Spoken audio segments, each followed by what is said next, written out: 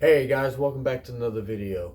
I just want to, in case I got a lot of new subscribers, just want to briefly state my goals on uh, the way I want to progress this channel. And so the reason why I started this channel is to help people to learn to do things around their house instead of hiring someone out. Um, so I can't recommend you to do anything. I can't say you ought to do this. Well, I will say due diligence, research, and if you do choose to follow, because I do everything as safe as I can and as the best of my ability and my knowledge. So if you choose to follow what I do in these videos, do them as safely as possible and do them at your own risk. And on that note, the reason why I want to teach people how to do things around the house, like the plumbing, the electrical, and automotive. Now, I'm not a certified electrician. I just read books and I get online and I Google different things to try to learn, and I get on forums to learn what I need to do. Most of what I do is reading through books. But I try to learn what I need to do it correctly, up to code, so I get it done right. Because the last thing I want is something to go wrong and it hurts my family. So with that note, I do these things because I do like to fix things. I genuinely like to fix things and I like to help people.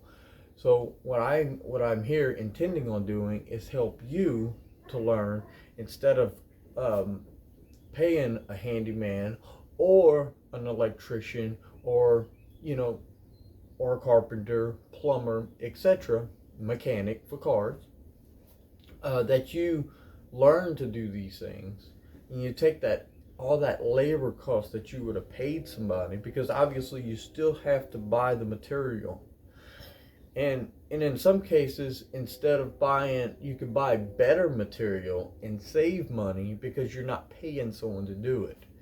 But there are some jobs that are big, like laying down floor, in cases like that, which I'll be getting into putting down some floor in the house pretty soon. I don't know how soon, maybe in a few months.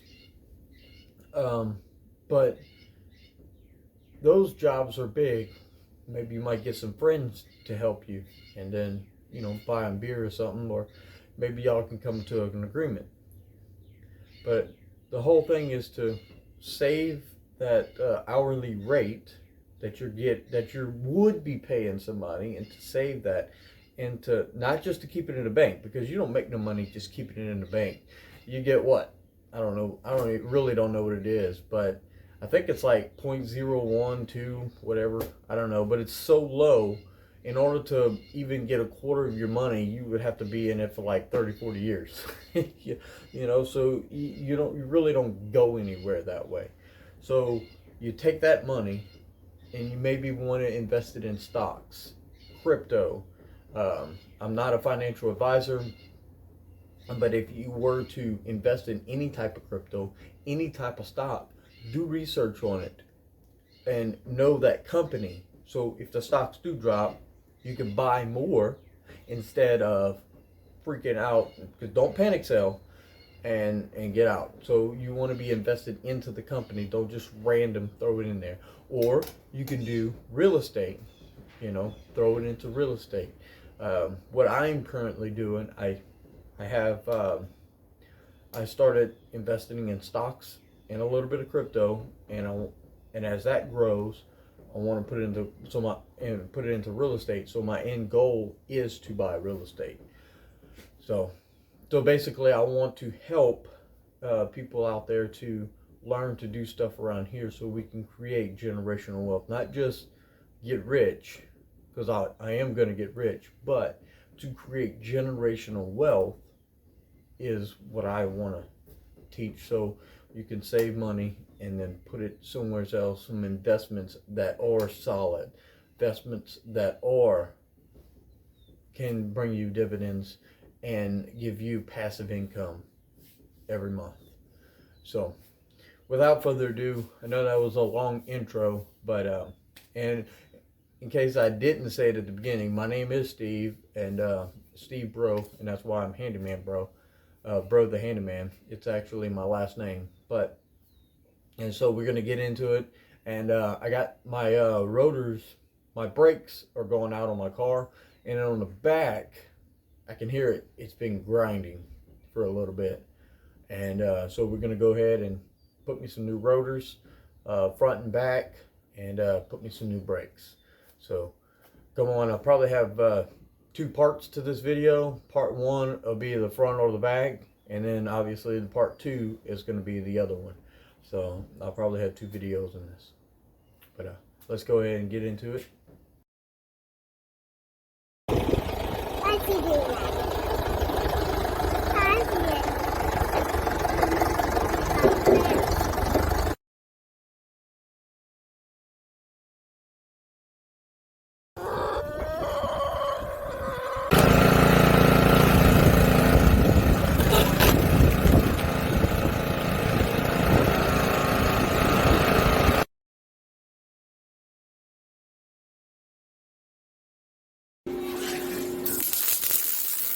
Alright guys, so before you get started on your car, you want to definitely jack it up and throw some jack stands under it.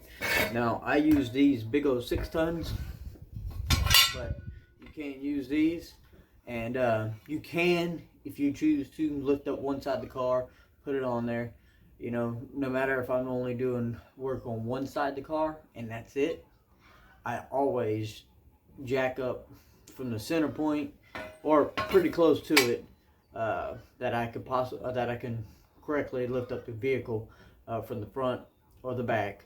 I lift up the entire front side or the entire back side of the car, and I stick it on these jack stands. So I never have the car tilted per se. If you choose to do that, do it at your own risk, and it's your shop, do what you want. But this is what I do. I'll throw these under it, and then I'll go ahead and take one of these wheels off and get started.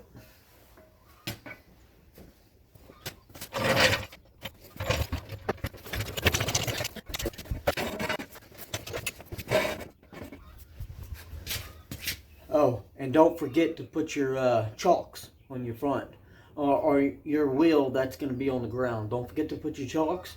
Keep it in, so say like you're lifting up the front, have it in gear, have it in park. Because like this is a manual transmission, so I have to keep it in gear to keep it from rolling. But I also have the chocks, so it won't roll out of here. Now, you might live on a flat ground where you don't have that problem, but you know, it's still in good practice to keep them chocks there. Now, it probably is better to put chocks on both sides of the wheel, front and back, so it can't roll either way. You know, my garage goes downward, so just having it on the front part of the wheel is fine.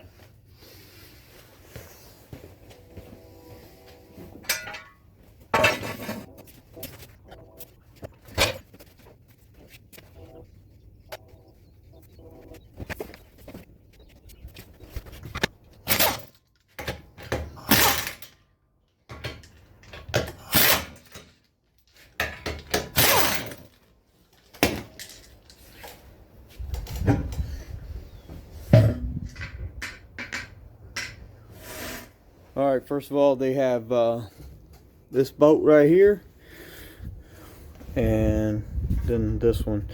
So I'm going to take them off, take the caliper off.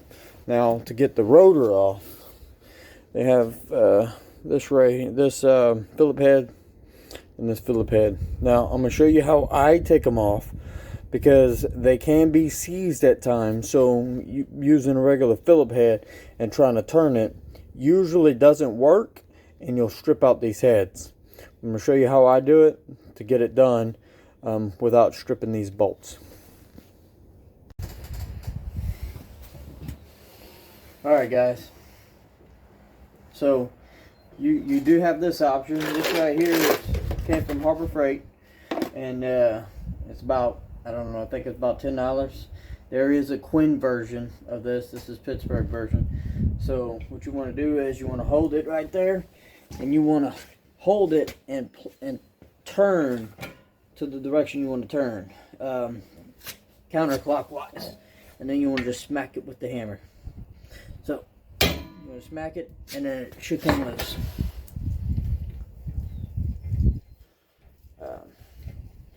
But that's one cheap option of doing that.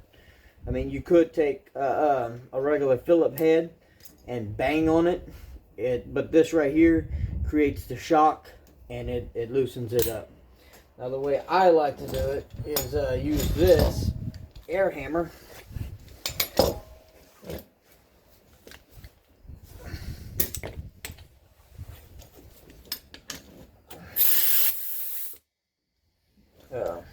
And then I have this adapter for the air hammer, which has a 3/8 drive on it, and then I have different bits that I can use for it, but nonetheless. And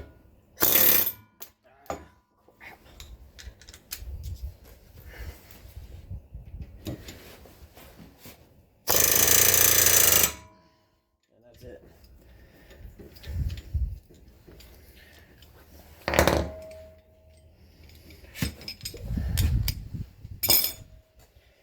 And so that's a quick way of getting it out of there.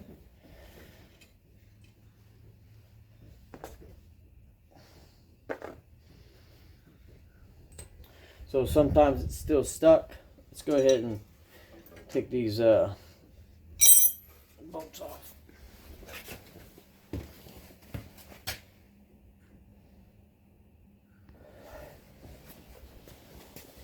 Alright, I got the bracket off, and the ones that were on the caliper are 12 millimeters, and this is, and then the ones that are on the bracket are 14 millimeters.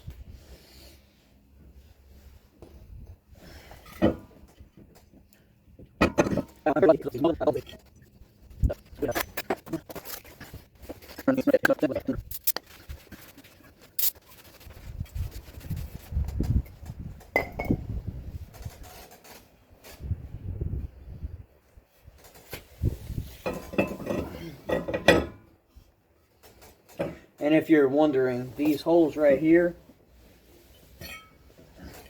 so your screws that hold it go in here. So you also have these two other with threads, and basically what they're for is, like, if it's stuck on there, you use bolts and you drive the bolts in uniformly, and it pushes it out. That's what those are for. I was fortunate enough I didn't have to use it. So I'm gonna go ahead and reinstall this, and then we'll be back.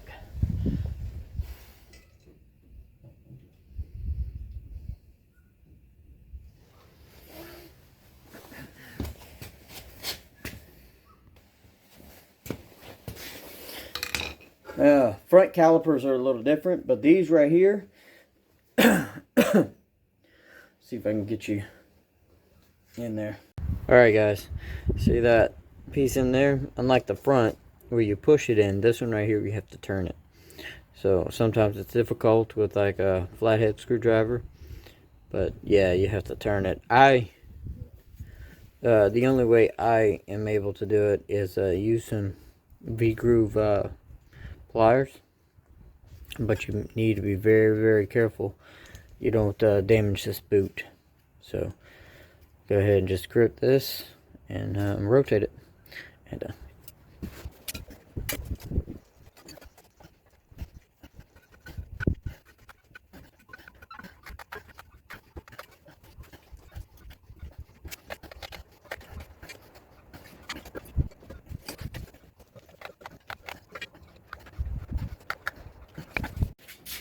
Hey guys, thanks for watching my videos all the way to the end. I greatly appreciate it, and I hope everything I do show you in these videos that that I do explain them well enough for you to understand them.